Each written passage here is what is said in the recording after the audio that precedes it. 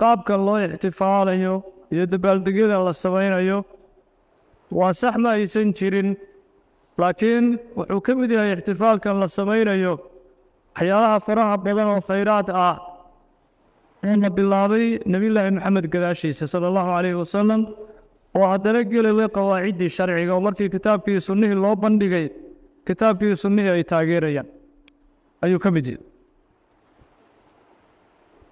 لأنه waxaa fahamka السلف الصالح wuxuu ahaa ashyaada nabiga ka dambeysay sala allahu calayhi wasalam in shaybaarka kitaabka iyo sunnaha la soo marsiiyo. waxay nabiga sala allahu calayhi wasalam gadaashiisa yimaada in shaybaarka kitaabka iyo sunnaha la soo marsiiyo. wax khalad ah haddii kitaabka iyo sunnuhu ay ku arkaan in la daayo, labarka gadaashiisana laga tuuro. haddii qur'aankii iyo sunnihii ay soo dhoweynayaan oo ay taageerayaanna in madaxa la saarto. taasi waa fahamkii salafu saalix.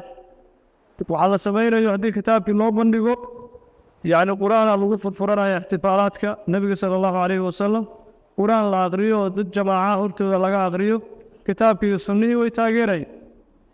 sadaqa la bixinayo waa waxa ugu horeeyo kitaabkii sunnuhu ay taageeraan, sadaqa in la bixiyo.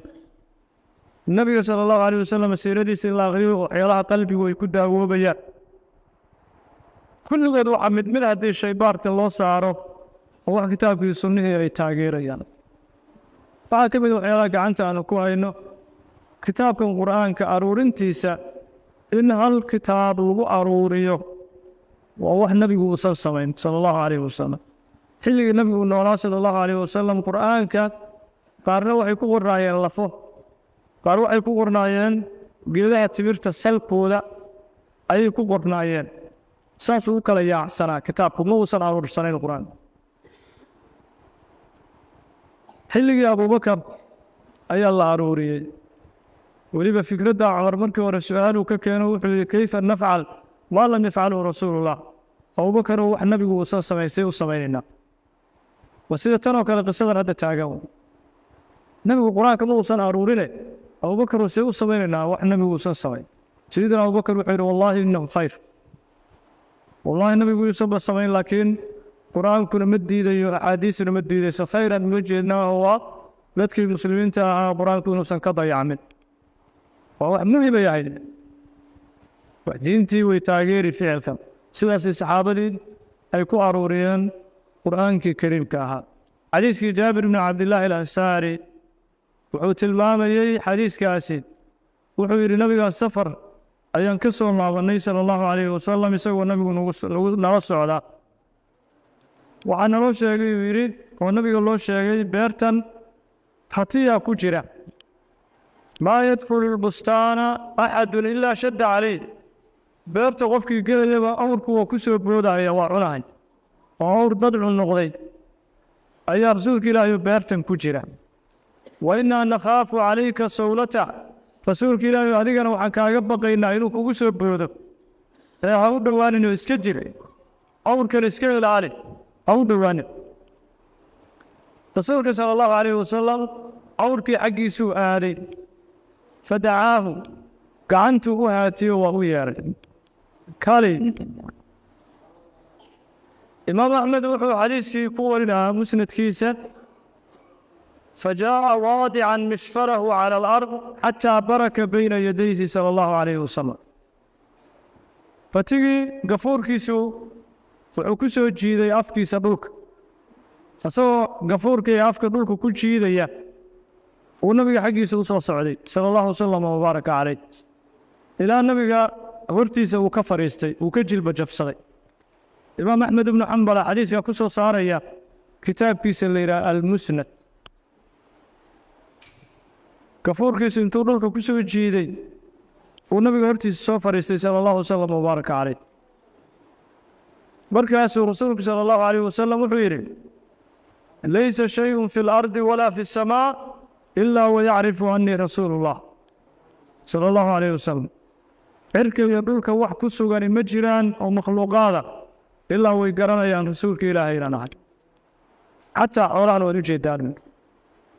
xoolahan aan waxba yarayn bahaalimka oo caqli aan lahayn xaaladda uu samaynayo fiiriyo rasuulku sala allahu calayhi wasalam ilaa caasiya aljinni walinsi caasiga oo jinni iyo insi ah unbaa diiday yuu yidhi nabigu sala allahu calayhi wasalam jinni iyo insi caasigoodii mooyee xoolahaas hataan caqliga lahayn waad garanaysaan waad arkaysaan siday u dhaqmayaan uu yidhi nabiga sala allahu wasalam wabaaraka caleyh jinni iyo insi caasigooda unbaa diiday oonin rumaynaynin oon raadkayga raacaynin ayuu yidhi nabigu sala allahu wasalam wabaaraka caleyh lidaalika waxaa kaloo imaam muslim uu saxiixiisa ku wariyey nabigu inuu yidhi sala allahu calayhi wasalam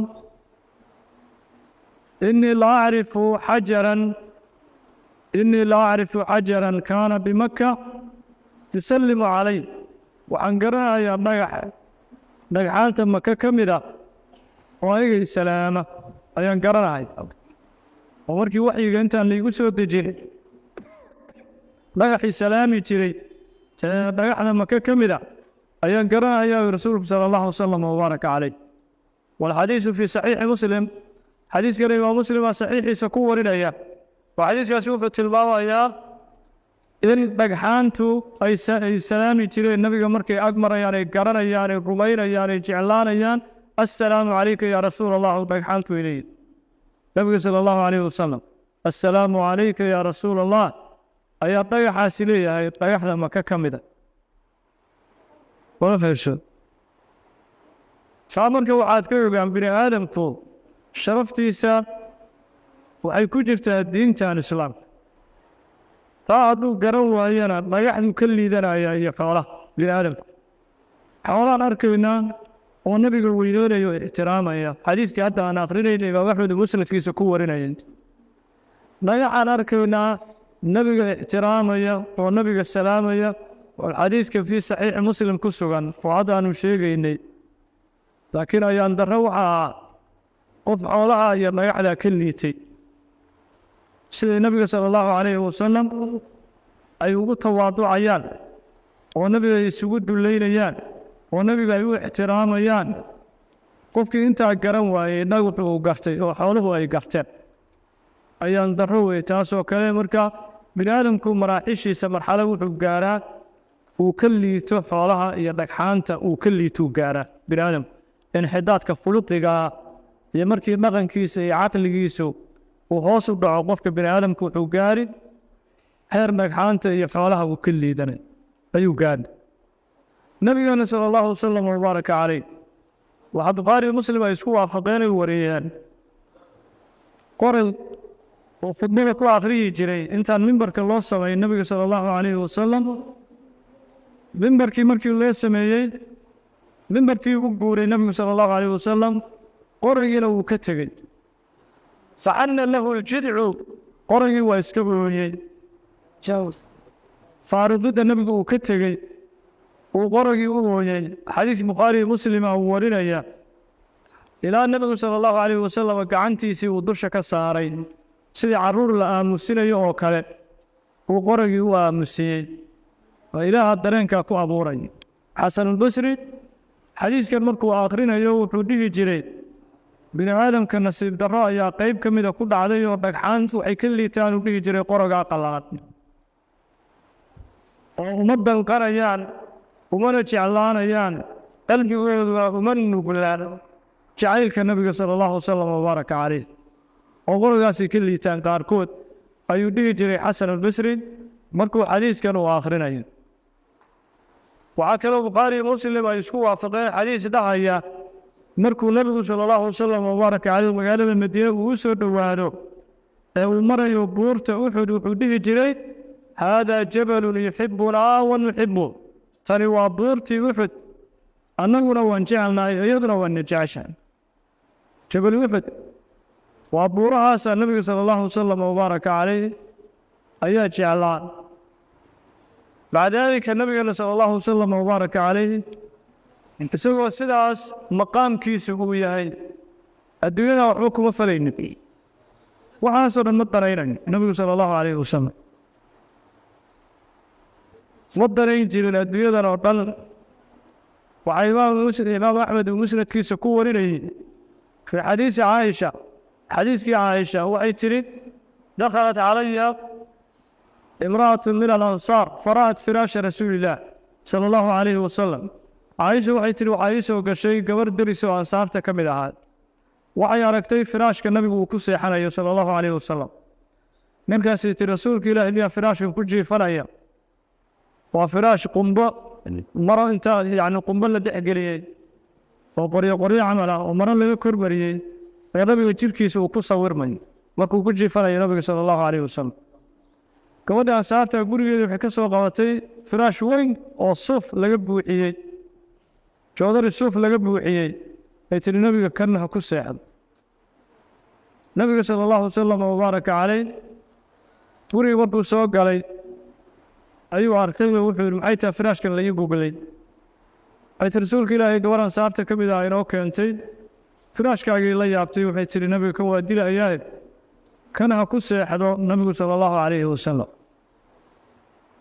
فركسيدا سانكو كان فراش كان النبي صلى الله عليه وسلم يقول يا عائشة رديد والله لو أردت لأجر الله معي جبال الذهب والفضة عائشة يقعد يقول كان كغات هدي أروى أن دون إلهي بورهن ودن الذهب والفضة إلهي قد يقلعس لكن يقعد حبيب